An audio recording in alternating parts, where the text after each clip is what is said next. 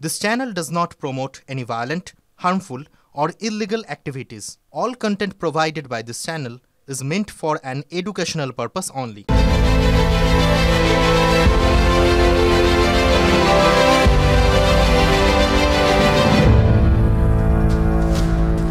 নজর রাখতে হচ্ছে টপ 10 ব্রেকিং নিউজে।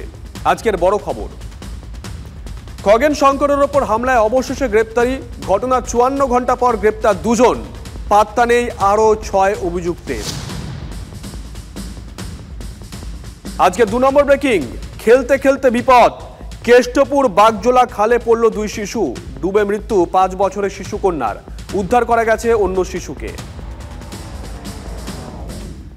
আজকে 3 নম্বর ব্রেকিং, বাগডোগরা কলকাতা বিমান ভাড়া নিয়ে ক্ষুব্ধ মমতা বন্দ্যোপাধ্যায়। বিমান ভাড়া বেড়ে কেন 18,000 টাকা, প্রশ্ন তুলেছেন মুখ্যমন্ত্রী। বলেন, বিহারে ভোট বলে ছটে বিমান ভাড়া ছাড় দেওয়া হচ্ছে। বৈষম্যের অভিযোগে সরব হয়েছেন ক্ষুব্ধ মুখ্যমন্ত্রী। পরের ব্রেকিং, বাংলায় এসআইআর শুরু করার চূড়ান্ত প্রস্তুতি নির্বাচন কমিশনের। রাজ্যে এসেছেন ডেপুটি নির্বাচন কমিশনার। বাংলায় কম করে 10,000 কিলোমিটার ঘুরতে চায় কমিশন। এসআইআর করতে গোটা রাজ্য চষে ফেলার পরিকল্পনা রয়েছে কমিশনের।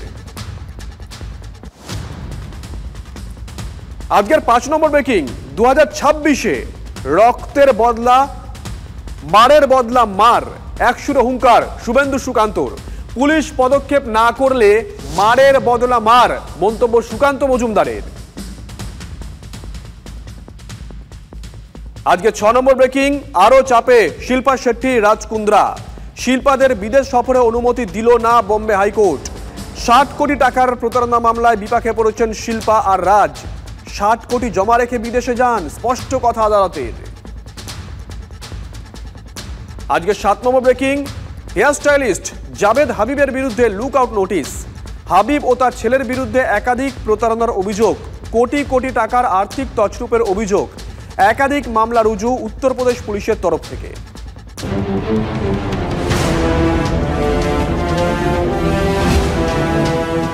पूरा अमित शाह का खेल है। उन्होंने तो एक्टिंग प्राइम मिनिस्टर का मामला काम करते। We can recall the prime minister. Don't trust Amit Shah always. एक दिन वो आपका बड़ा मिर्जाफर हो जाएगा। মমতা বন্দ্যোপাধ্যায় দেশের প্রধানমন্ত্রী নরেন্দ্র মোদীকে সতর্ক করছেন, সাবধান করছেন, don't trust Amit Shah always. Amit শাহকে সবসময় বিশ্বাস করবেন না। অমিত শাহ মির্জাফর আজ উত্তরবঙ্গ থেকে ফিরে শাহকে নিশানা করে মির্জাফর পর্যন্ত বলতে ছাড়লেন না বাংলার মুখ্যমন্ত্রী। নরেন্দ্র মোদীকে সতর্ক করলেন, বললেন আমি প্রধানমন্ত্রীকে অনুরোধ করতে পারি অমিত শাহকে বিশ্বাস করবেন না। মির্জাফর ইতিহাসের সেই বিশ্বাসঘাতক অবিশ্বাসী চরিত্র। মুর্শিদাবাদে মির্জাফরের বাড়িটিও আজ নিমাখারাম দেউরি, বিশ্বাসঘাতকের ঘর বলা হয় সেই বাড়িটাকে। মমতা বন্দ্যোপাধ্যায়ের এত রাগ কেন অমিত শাহর ওপর? কেন শাহের ওপর এত ক্ষেপে গিয়েছেন তৃণমূল সুপ্রিমো তথা বাংলার মুখ্যমন্ত্রী? কেন? এটাও কি রাজনীতির কোনো কুশলী চাল, নাকি মোদি এবং শাহের মধ্যে একটা বিভাজনের চেষ্টা? We can recall the prime minister. Don't trust Amit Shah always. एक दिन वो आपका बड़ा मिर्जाफर हो जाएगा। বিহারে এসআইআর শুরুর সঙ্গে সঙ্গে রাজনৈতিক আঁচ পড়েছিল বাংলায়। এবার রাজ্যে এসআইআর নিয়ে কলকাতায় কমিশনের প্রস্তুতি বৈঠকের দিনই এই ইস্যুতে সুর চড়ালেন মুখ্যমন্ত্রী। প্রধানমন্ত্রীকে বার্তা দিয়ে সরাসরি নিশানা করলেন কেন্দ্রীয় স্বরাষ্ট্রমন্ত্রী অমিত শাহকে। মির্জাফরের সঙ্গে তুলনা পর্যন্ত টানলেন Mamata Bandyopadhyay. I have seen so many governments, but I have never seen this type of arrogant and dictator government. They should remember today they are in power, tomorrow may not be. ये पूरा अमित शाह का खेल है। उन्होंने तो एक्टिंग प्राइम मिनिस्टर का मामला काम करते। But prime minister knows everything. I'm sorry to say. মুখ্যমন্ত্রীকে উচিত তার দলে কারা কারা মির্জাফর হবে সেটা নিয়ে চিন্তা করা, 26-এর ভোটের আগে বা পরে। আর বাঙালি হিন্দুর সাথে যদি কেউ মির্জাফর গিরি করে থাকেন, তার নাম হচ্ছে মমতা বন্দ্যোপাধ্যায়। তৃণমূল নেত্রীর মন্তব্যে সুকৌশলী রাজনীতি দেখছে ওয়াকিবহাল মহল। কারণ এর আগেও নরেন্দ্র মোদী ও অমিত শাহ জুটিকে নিশানা করেছেন তিনি। Please see what your home minister is doing through some agencies. সবচেয়ে দেশের ক্ষতি করেছেন আপনি। মোদিজিকে আমি রিকোয়েস্ট করব, দয়া করে লোকটাকে কন্ট্রোল করুন। রাজনৈতিক স্বার্থে কেন্দ্রীয় এজেন্সির অপব্যবহারের অভিযোগেও বিধানসভায় মুখ্যমন্ত্রী বলেছিলেন, সিবিআই এখন প্রধানমন্ত্রীর দপ্তরে নেই, স্বরাষ্ট্র মন্ত্রকের অধীনে আছে। কলকাতায় 21টা ইডি রেড হয়েছে। এক মাসে 108টি কেস করেছে সিবিআই ইডি। আমি বিশ্বাস করি না এটা নরেন্দ্র মোদী করছেন, বিজেপি নেতারা এসব করছেন। এবার 2026-এর আগে এসআইআর ইস্যুতে ফের অমিত শাহকে নিশানা করলেন মমতা। রাজনৈতিক মহলের ব্যাখ্যা, প্রধানমন্ত্রী ও তাঁর সেকেন্ড ইন কমান্ড কেন্দ্রীয় স্বরাষ্ট্রমন্ত্রী অমিত শাহর মধ্যে সুকৌশলে বারবার বিভাজন রেখা টানার চেষ্টা করেছেন তৃণমূল নেত্রী। মমতা ব্যানার্জির একটা পুরনো কৌশল, এই খেলাটা তুল্যমূল্য একটি দলের ঘরোয়া সমীকরণটাকে অনেক ক্ষেত্রে ডিস্টার্ব করে দেয়। ঠিক যেমন গত লোকসভা নির্বাচনের আগে হঠাৎ করে তিনি কংগ্রেসের অভ্যন্তরীণ ইস্যুতে নিজেকে ঢুকিয়ে নিয়ে খার্গের নামটা প্রস্তাব করে দিলেন গান্ধী পরিবারের বাইরে, বৃত্তের বাইরে গিয়ে। বিষয়টি নিয়ে জল্পনা শুরু হয়েছে বঙ্গের রাজনৈতিক মহলে। চিফ মিনিস্টার আর প্রাইম মিনিস্টারের মধ্যে বিশেষ কোনো সন্ধি কিনা আপনি কি করে জানলেন? এটা কনফাইন্ড আছে বাইনারি পলিটিক্সের ভেতরে। Mamata Banerjee divide and rule policy চালাতে চায়। ডিভাইড অ্যান্ড রুল পলিসি বিজেপিতে চলে না। বিজেপি সাংসদ খগেন মুর্মুর মার খাওয়ার ঘটনায় বিজেপির অন্তর্দ্বন্দ্ব খুঁজেছেন মমতা। এসআইআর প্রসঙ্গেও প্রায় একই তত্ত্ব হাজির করলেন তৃণমূল নেত্রী। 26-এর টার্গেট পূরণে বিজেপির অন্দরে সন্দেহ আর সংশয়ের বাতাবরণ তৈরি করায় কি তৃণমূলের কৌশল?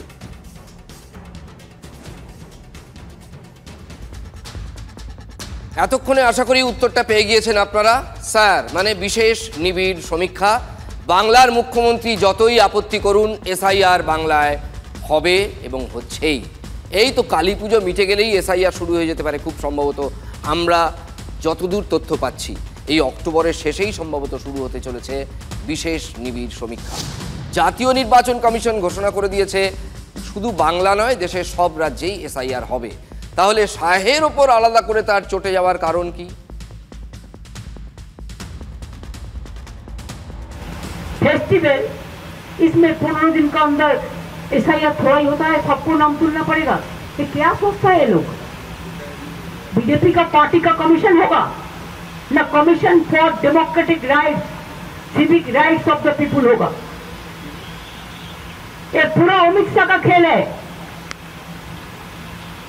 उन्होंने तो एक्टिंग प्राइम मिनिस्टर का मामूली काम करते हैं, but prime minister knows everything. I am sorry to say. দেখুন, যখন থেকে এই বাংলার মানুষ কানাঘুষো শুনতে পাচ্ছিলেন অবশ্যই সংবাদ মাধ্যমের মাধ্যমেই যে বাংলাতেও এসআইআর হবে, তখন থেকেই তৃণমূল কোথাও একটা একবারে ব্যারিয়ার হয়ে দাঁড়িয়ে যাচ্ছে যে এসআইআর কিছুতেই করতে দেওয়া যাবে না, এসআইআরের সবটাই খারাপ। এইটা ছিল তৃণমূলের একদম প্রথম থেকেই স্টান্স।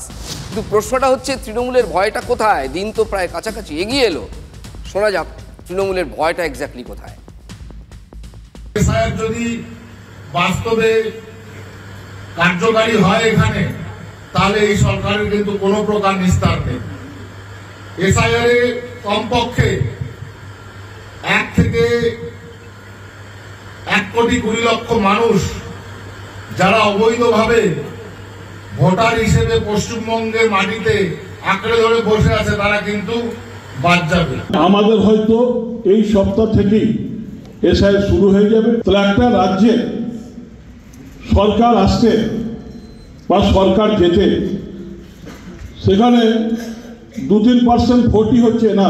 এই ভোটার লিস্ট যদি আমরা বুঝতে না পারি, ধরতে না পারি, কারণ ওদের 1 কোটি তারা টার্গেট রেখেছে বাংলাতে, এই 1 কোটি ভোট যদি গোলমাল হয়ে যায় তাহলে কিন্তু অনেক রেজাল্ট উল্টে যাবে, অনেক রেজাল্ট পাল্টে যাবে। রোহিঙ্গা মুসলিম, বাংলাদেশি মুসলিম, ভুতুরে ভোটার, এরা কিন্তু কোনোভাবেই পশ্চিমবঙ্গে আর ভোট দিতে পারবে না। কেউ যদি পড়ে থাকে, বাদ যদি পড়ে, এটা মতো ওরা পড়বে। কটা লোক রোহিঙ্গারা এসছে সেখানে। আমাদের ভোটের দিন যতই আপনি ভালো ভোট করুন, কিছু করতে পারবেন না। সাধারণ মানুষ যারা পরিবর্তন চায় তারা কিন্তু ভোট দিতে পারবে এবং তাদের ভোটেই ভারতীয় জনতা পার্টি জয়লাভ করে আগামী দিনে সরকার গঠন করবে। ডায়মন্ড হারবারের রেজাল্ট দেখলেই বোঝা যায় যে কিভাবে তৃণমূল কংগ্রেস মেশিনারিকে কাজে লাগিয়ে fake voter, duplicate voter, dead voter, ইনফিল্ট্রেটার তাদেরকে নাম তুলে এরকমভাবে ভোটের মার্জিন বাড়িয়েছিল। তৃণমূল দলের অন্দরের চর্চাটা এসআইআরকে নিয়ে কি, সেটা চন্দ্রনাথ সিনহা মানুষের সামনে তুলে ধরছে। বুঝতে পারলেন মন্ত্রী চন্দ্রনাথ সিনহা, এই যাকে কেন্দ্রীয় এজেন্সি ডাকাডাকি করছিল কত, আবার সম্ভবত ডাকাডাকি করা হবে, তার আশঙ্কার জায়গাটা কোথায়? তার আশঙ্কা মানে এটা তৃণমূল কংগ্রেসের আশঙ্কা। তিনি কিন্তু ভরা সভায় বলছেন সিঁদুরে মেঘ দেখছে তৃণমূল। এসআইআর এর চূড়ান্ত প্রস্তুতি কিন্তু কমিশন নিয়ে ফেলেছে, সেটা দেখুন কেমন। 15ই অক্টোবরের পরেই কি বাংলায় এসআইআর বিজ্ঞপ্তি? এই জল্পনা আরও জোরালো হচ্ছে, কারণ এসআইআর নিয়ে প্রস্তুতির যাবতীয় কাজ 15 তারিখের মধ্যে শেষ করার নির্দেশ দিয়েছে কমিশন। রাজ্যে জোর কদমে এসআইআর এর প্রস্তুতি শুরু করেছে কমিশন। এসআইআর এর কাজ খতিয়ে দেখতে বাংলায় রয়েছে নির্বাচন কমিশনের বিশেষ টিম। কমিশনের এই বিশেষ দলের নেতৃত্বে ডেপুটি নির্বাচন কমিশনার জ্ঞানেশ ভারতী বুধবার সিইওকে সঙ্গে নিয়ে দক্ষিণবঙ্গের সব জেলাশাসক এবং প্রশাসনিক আধিকারিকদের সঙ্গে ভার্চুয়াল বৈঠক করেন তিনি। তো আসছেন এখানে ডিসি আলোচনা নিয়ে কি আপনার প্রিপারেশন কি আছে এসআইআর নিয়ে, গোটা স্টেটে কিরকম প্রিপারেশন আছে, বিএলও অ্যাপয়েন্টমেন্ট নিয়ে, আপনার যে আছে ট্রেনিং প্রোগ্রাম নিয়ে, বিভিন্ন যেটা আছে পরিকাঠামো, অনেক ইস্যু আছে পরিকাঠামো নিয়ে। সূত্রের খবর, বিহারে এসআইআর থেকে শিক্ষা নিয়ে কমিশন চাইছে বিজ্ঞপ্তির আগে এনুমারেশন ফর্ম ছাপিয়ে রাখা হোক।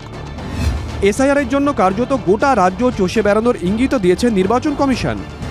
কমিশনের বিশেষ নজর রয়েছে পূর্ব মেদিনীপুর, ঝাড়গ্রাম আর বাঁকুড়ায়। কমিশন সূত্রে খবর, 2002 সালে ভোটার লিস্টকেই ভিত্তিবর্ষ হিসেবে গণ্য করা হয়েছে।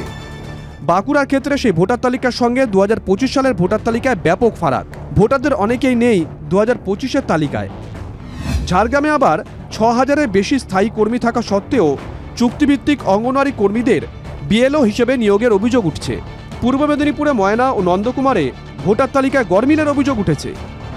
সিইও দপ্তর সূত্রে খবর, রাজারহাট, গোপালপুর এবং রাজারহাট নিউটাউনে তালিকায় গরমিলের অভিযোগের সারবত্তা মিলেছে।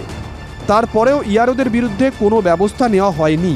রাজারহাট, গোপালপুরে 300 ভোটারের হদিশ মেলেনি। রহস্যজনক ভোটারদের নিয়ে চিন্তিত নির্বাচন কমিশন।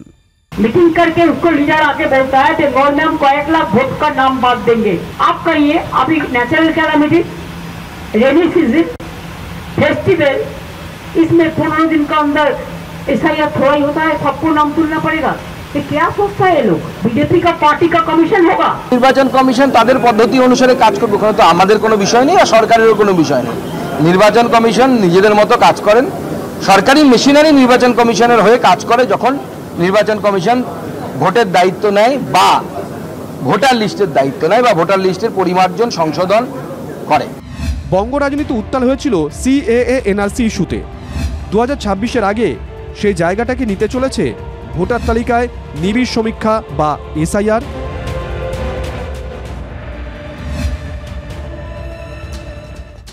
কমিশন কিন্তু মানে যারা কর্তা দিল্লিতে বসে বসে কাজটা করছেন না, তারা গায়ে গতরে সশরীরে রাজ্যে ঘুরে এই কাজটা করবেন।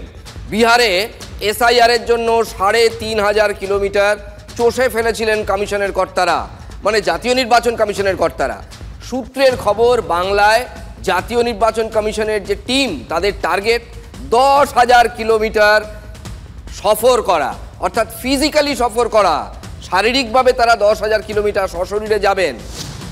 এসআইআর নিয়ে ডেপুটি নির্বাচন কমিশনারের নেতৃত্বে কমিশনের দল অলরেডি কলকাতায় চলে এসেছে, একাধিক বৈঠক করেছে, তারাই এমন ইঙ্গিত দিয়েছে।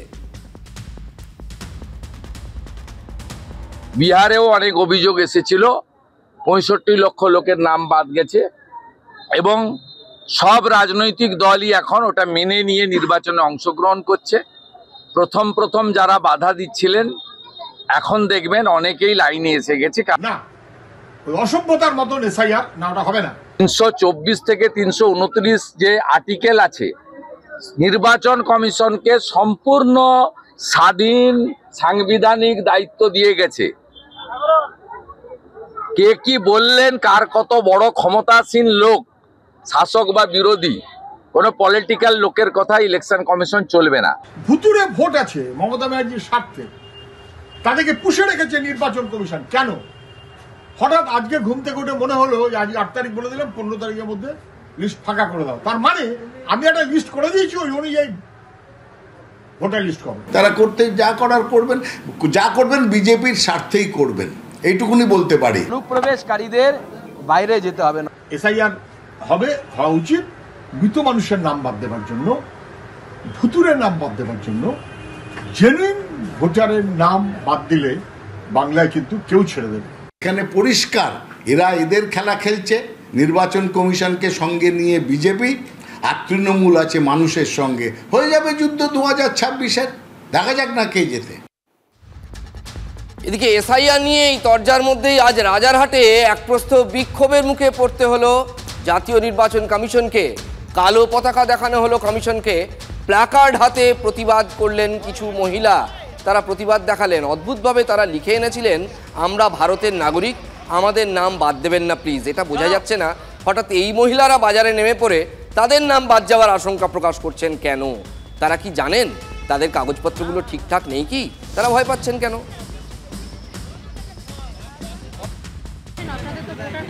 হ্যাঁ আছে, আধার কার্ডও আছে, সবই আছে আমাদের। এই যে টিভিতে যে আমরা এত দেখছি খবরে, ওই ভয়টাও তো আমাদেরও মধ্যে এসেছে। আমরা দাবিটা জানাতে এসেছি যাতে আমাদের ভোটার কার্ড থেকে কোনো নামটা বাদ না যায়। কেন আশঙ্কা করছেন? আশঙ্কা করছি চারিদিকে যা পরিস্থিতি যা দেখছি বা যা শুনছি তার জন্য। এদিকে ওদিকে হাত দিয়ে দেখছি তো পেলাম না।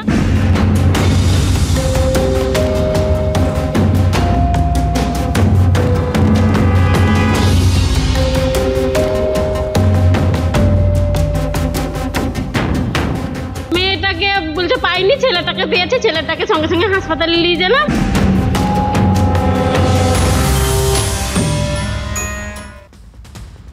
এবার যে দুঃখের খবরটা আপনাদের শোনাবো সেটা শুনে আপনাদের প্রত্যেকের খারাপ লাগতে বাধ্য, আমাদের খুব খারাপ লাগছে। নিউ টাউনের চণ্ডীবেড়িয়ায় মারাত্মক ঘটনা ঘটে গেছে। প্রাণ চলে গেল 5 বছরের একটা শিশুর, মাত্র 5 বছর বয়স। জীবনটা সে এখনো বুঝতেই পারেনি, বুঝে উঠতেই পারেনি, মারা গেল সে। কিন্তু দাঁড়িয়ে পড়ে গেছে তার জীবনে অকালে, এবং এখান থেকেই বিতর্কের আর একটা অধ্যায়। দেখুন ঘটনাটা কি। আমার মেয়ে নেই আর, আমার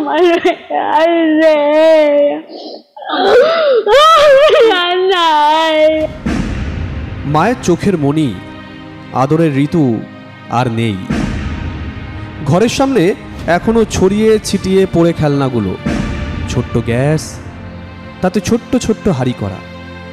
বোধহয় খুদে মেয়েটা রান্না বসিয়েছিল। পাশে বাটিগুলোতে ঘাস পাতা জমানো, আরও আনতেই কি খালের ধারে গেছিল। নিউ টাউন চণ্ডীবেড়িয়া তারুলিয়া ফার্স্ট লেনের পাশ দিয়ে বইছে বাগজোলা খাল, যেন নদী। শিশুমন বিপদ আঁচ করতে পারেনি, খেলতে খেলতে সোজা খাল পারে হাজির। সেখান থেকে আর ফেরা হলো না। এদিকে ওদিকে হাত দিয়ে দেখছি তো পেলাম না। ফার্স্টটা ওইদিকে কটা বাচ্চা ছেলে আর একটা মহিলা আছে, আমাকে বলছে কি তোমাদের বাচ্চা কি পড়ে গেছে? দিয়ে বললো কোন বাচ্চা? আমি বললাম একটা মেয়ে, ওরা খেলা করছিল, খেলা করতে করতে ঘাস পাতা নিয়ে খেলা করবে বলে ঘাস পাতা আনতে গিয়েছিল। না জলের মধ্যে নামে আমি অত খেলা করতে পারি না জলের মধ্যে, আমি তো ভিতরেই বসেছিলাম।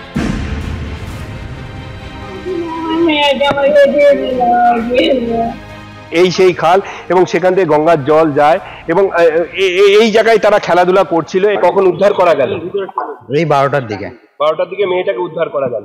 আর ছেলেটাকে কখন উদ্ধার করা গেল? ছেলেটাকে তার আধা ঘন্টা আগে। বাচ্চাগুলো খেলছিল, এবার খেলতে খেলতে কিভাবে পড়লো সেটা কেউ দেখেনি। হয়তো একজন পড়ে গেছে, আর একজনকে সে হয়তো বাঁচাতে গেছে, সেও পড়ে গেছে। কি থেকে কি হয়ে গেল এখনো ভেবে পাচ্ছেন না এলাকার মানুষ। আশঙ্কাজনক অবস্থায় উদ্ধার করা হয় প্রিয়াংশু নামে আরেক শিশুকে। ঋতুকে যতক্ষণে পাওয়া যায় এবং হাসপাতালে নেওয়া হয় ততক্ষণে অনেক দেরি হয়ে গেছে। ঘটনা ঘটেই যাচ্ছে দিনের পর দিন। স্থানীয় প্রশাসনের কাজ, হ্যাঁ, আমাদের বলার ইয়েতে ওরা তো নিজেরা তো দেখতে পাচ্ছে জিনিসটা, হ্যাঁ, তারা তো নিজেরা এটা তো করা উচিত। এটা মোটামুটি 1-2 বছরের মধ্যে অনেকগুলোই হলো। এলাকায় খুব চরমে, আর কত প্রাণ গেলে হুঁশ ফিরবে প্রশাসনের? কেষ্টপুর বাগজোলা খাল নিয়ে বিতর্ক নতুন কিছু নয়, জনবহুল একটি এলাকা। খালের পাড়ে সারি সারি বাড়ি, অথচ খালধার যেন বাধাহীন খোলা ময়দান। কোনো পাঁচিল নেই, রেলিং নেই, কোনো রকম সতর্কতামূলক ব্যবস্থাই নেই সেখানে। দুর্ঘটনা ঘটে যাওয়ার পথ হাট করে খোলা, দেখা দায় কার? সেফটি সিকিউরিটি বলতে 2জন গার্ড থাকে, এখন নেই ওনারা। আসে না ঠিক মতন আসে না। এখন কি কারণে আসে না সেটা প্রশাসনই বলতে পারবে। হিট করি গার্ড এটা। খালের ধারে ফেন্সিংয়ের কাজ একসময় শুরু করেছিল হিটকো, কিন্তু শেষ করবে কে, কবে? এই সমস্ত প্রশ্নের উত্তর অজানা। স্থানীয়দের সাফ কথা, অভিযোগ জানানোই সার, কাজ হয় না। এদিকে প্রশাসনের বক্তব্য, খালে না নামার জন্য বারবার সতর্ক করা হলেও লোকজন তা শুনতে মানতে নারাজ।